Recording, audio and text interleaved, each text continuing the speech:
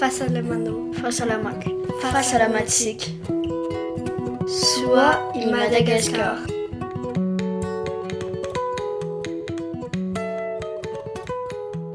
Mbola manatitra ny firarian-tsoa ho antsika mianakavy anio amin'ny izao tombaovao raika amby roapolo sy roa arivo izao. Betsaka ny fanontaniana momba nito fiovan'ny virus Covid 19 na ilay antsoina hoe mutation. Inona moa ito mutation ito? Raha tadiditsika dia virus mitondra ny ARN na hoe acide ribonucléique ny Covid 19. Mba hahafahany mitombo dia mila miditra ao anatin'ny sela iray ito virus ito.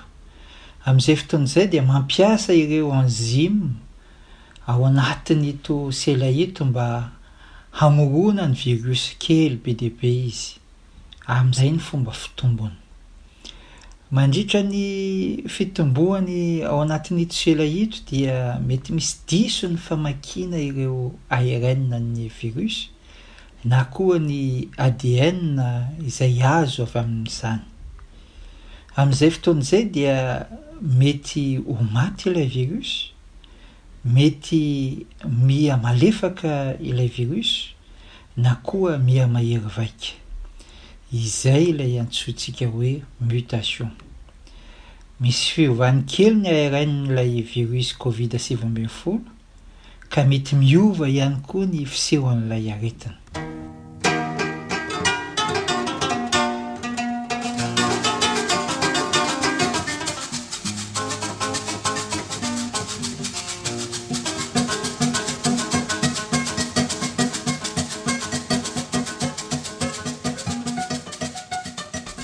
Aiza ho aiza ireo mutation misy eto amin'ity Covid 19 ity amin'izao fotoana izao.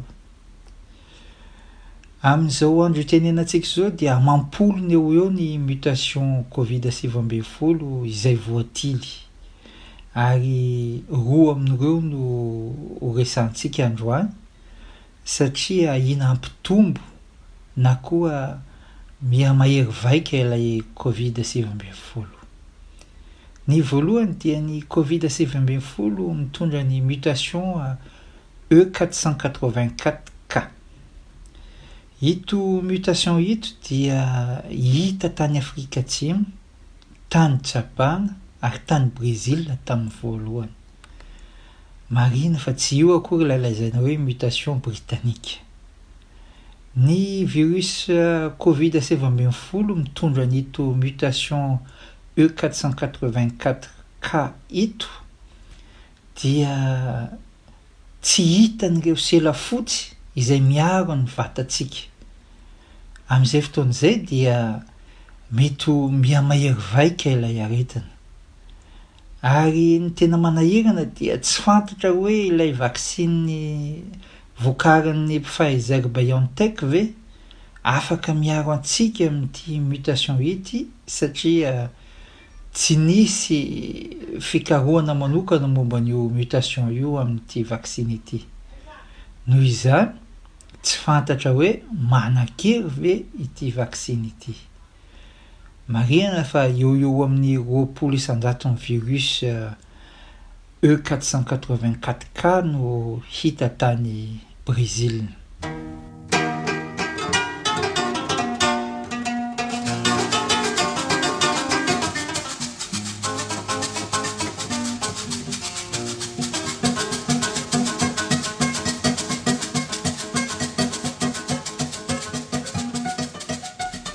Ilay mutation faharoa kosa dia ilay antsoina hoe SARS-CoV-2 VUI 2020-12-01.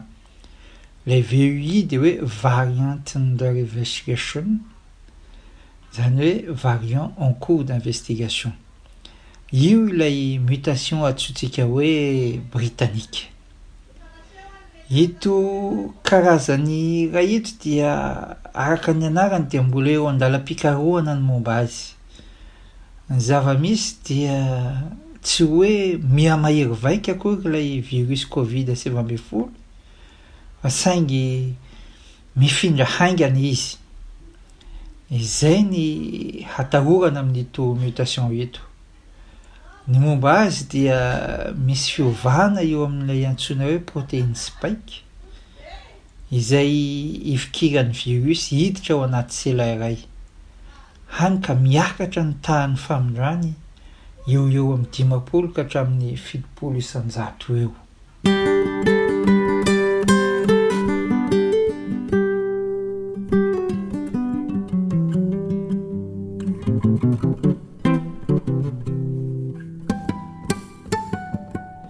Raha fitinina ny voalazantsika teo dia misy ny fiovan'ny virus Covid-19 ilay antsointsika hoe mutation.